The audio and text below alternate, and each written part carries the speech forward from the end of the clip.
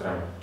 Pois bem, vamos comentar a liturgia de hoje, que é bastante interessante para cada um de nós conhecer certas verdades que são inerentes à Sagrada Escritura, e não só, mas também as atitudes de Nosso Senhor Jesus Cristo com relação aos fariseus e escribas que o acusavam de certas coisas.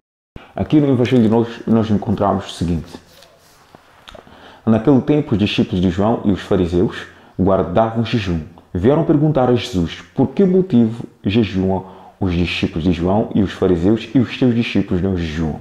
Esta foi a pergunta lançada pelos discípulos de São João, antes mesmo de eles se acoplarem ao Senhor Jesus Cristo e também os fariseus. Pois bem, o Catecismo da Santa Igreja Católica Apostólica Romana, aquele promulgado por sua santidade São João Paulo II, diz o seguinte: o Antigo Testamento, em toda a sua estrutura, os profetas, os patriarcas, todos aqueles do Antigo Testamento ansiavam, anelavam por Messias, porque Deus os prometeu que haveria de enviar o Messias. Isto foi quando Adão e Eva pecaram e perceberam a sua fragilidade, o quanto eles já estavam sujeitos às vicissitudes, às agruras, os problemas todos que o homem passa atualmente. Portanto, Deus Todo-Poderoso prometeu que havia de enviar o Salvador, que é o Messias. E os antigos foram também sendo revelados que viria o Messias, que havia de libertá-los dessa escravidão, do pecado, do jugo, do demônio, de Satanás, etc, etc. Portanto, eles não faziam outra coisa senão anelar por esse Messias. Não só, quanto Deus revelava aos profetas do Antigo Testamento que ele estava nas proximidades, estava por vir o Messias. Portanto, tudo no Antigo Testamento confluía para o Messias, para o Novo Testamento. Ao chegar o nosso Senhor Jesus Cristo, então tudo começa de uma forma diferente, tudo se renova. É por isso que o nosso Jesus Cristo vai dizer no Evangelho de hoje que ele é o vinho novo, para vinho novo ou dos novos.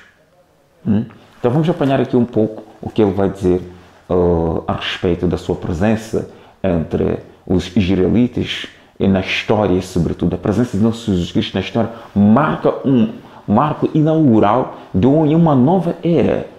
Era de Jesus Cristo. É por isso que, inclusive, nos livros de história, nos livros, nos manuais que nós estudamos, existe ali uma citação antes de Cristo ou depois de Cristo. Porque antes de Cristo era uma era, depois de Cristo é uma era diferente. Então nós encontramos aqui: podem os companheiros do noivo jejuar enquanto o noivo está com eles? Então vamos tomar o aspecto noivo também, que é muito importante ali. São Tomás de Aquino, o maior teólogo da história até hoje, ele nos faz entender que o homem foi criado por Deus para voltar a Deus. E nesta união entre o homem e Deus se faz ali um desponsório, um casamento indissolúvel. O homem se casa com Deus Todo-Poderoso, tem essa união. A comunhão é justamente isso, a Eucaristia. Quando a gente recebe a Eucaristia, consome aqueles minutos em que nós recebemos a Eucaristia, nós somos divinizados, somos naquele momento assumidos. São Tomás de Aquino justamente diz isso. Há um fenômeno que ocorre quando nós consumimos o alimento. O nosso corpo absorve os alimentos e nós ficamos nutridos pelos alimentos. Mas quando nós assumimos a Eucaristia, quando nós consumimos a Eucaristia, somos assumidos pela Eucaristia. Não assumimos a Eucaristia, mas nós somos assumidos por Deus. Portanto, este ser assumido por Deus configura o ato de um casamento, um consórcio, um desponsório. Nós nos unimos, somos imortalizados por Deus neste ato de união com Ele. Por isso se diz que Jesus Cristo é o noivo da humanidade. Ele, quando chega, se candidata a casar conosco, a estabelecer, eu vou dizer, poxa, no Evangelho de São João: Pai, eu não rogo simplesmente por esses, mas por aqueles que há de vir, para que eu e eles sejamos um só, como vós, Pai, comigo, sois um só. Essa unicidade, esta união entre Deus Pai, Filho e Espírito Santo e Jesus Cristo conosco estabelece este consórcio, este noivado, este casamento indissolúvel. Portanto, quando Nosso Senhor se apresenta, nesse contexto aqui em que nós ouvimos Nosso Senhor dizer: podem os companheiros do noivo jejuar enquanto o noivo está com eles? Enquanto tem o noivo consigo, não podem jejuar. Dias virão em que o noivo lhes será tirado, nesses dias jejuarão. Portanto, Nosso Senhor está a dizer: aquele a quem todos os patriarcas, os profetas ansiaram no Antigo Testamento, apontaram que é o Messias, está aqui presente, sou eu.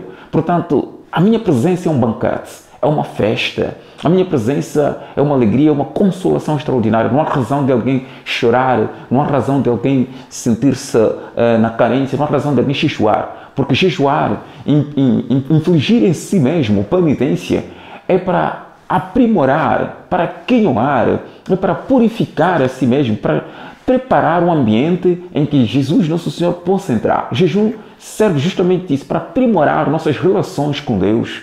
Portanto, Jesus estando ali e de livre e espontânea vontade, estendendo seus braços para abraçar os apóstolos e a cada um de nós, não havia mais necessidade de fazer esse jejum, porque ele já estava ali entre eles. Só se Jesus, nosso Senhor, realmente fosse arrebatado para os céus e sentir a ausência dele, então nós faríamos os jejuns como nós devemos fazer agora, a busca do Messias, nós devemos fazer agora a busca de criar condições favoráveis para receber a Eucaristia.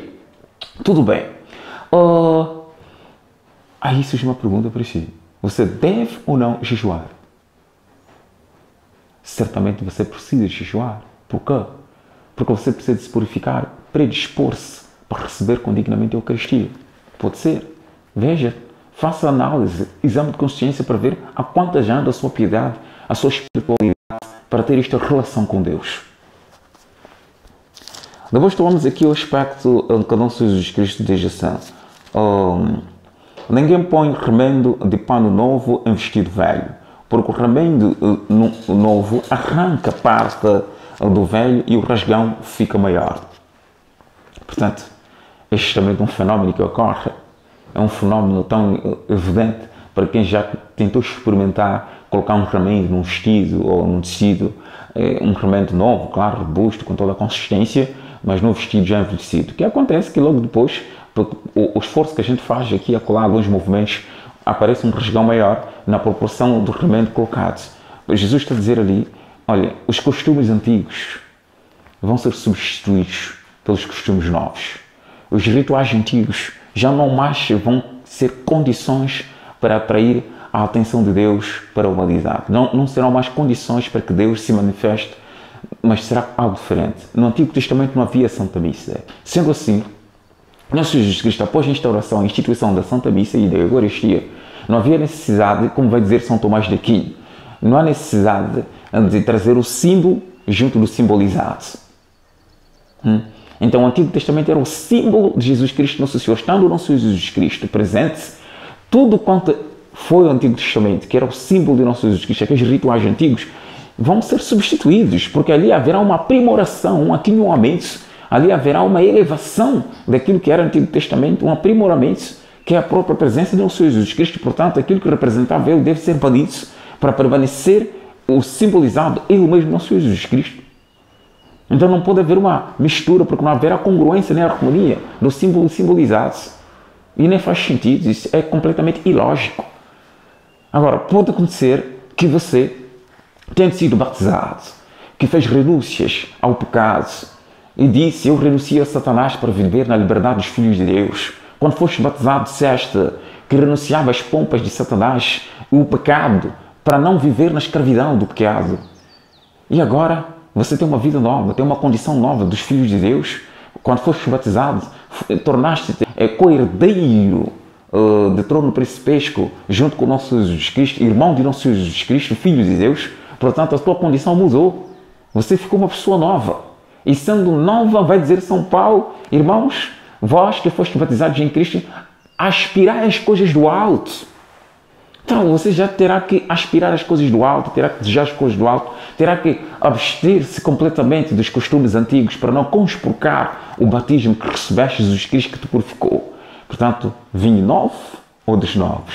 Vinho novo é Jesus Cristo, é a Eucaristia. Odres novos é um corpo novo, um corpo purificado, um corpo que pratica a castidade, um corpo que pratica as virtudes. Este corpo que já é o templo do Espírito Santo. É um odre novo, é o templo do Espírito Santo. Não sabeis que sois o templo do Espírito Santo. Portanto, sois um odre novo para conter o vinho novo. O vinho novo que é Jesus Cristo, que é o Espírito Santo. Praticar os mandamentos, abandonar os costumes antigos. Não ficar nos costumes antigos em que nós tínhamos antes de sermos batizados. Aqui está uma reflexão prolixa e espero que seja de valia para que você tenha boas relações com Jesus, nosso Senhor, e reconheça o teu estado de ser odre novo para conter o vinho novo, Espírito Santo, Jesus em ti. Louvado seja nosso Senhor Jesus Cristo.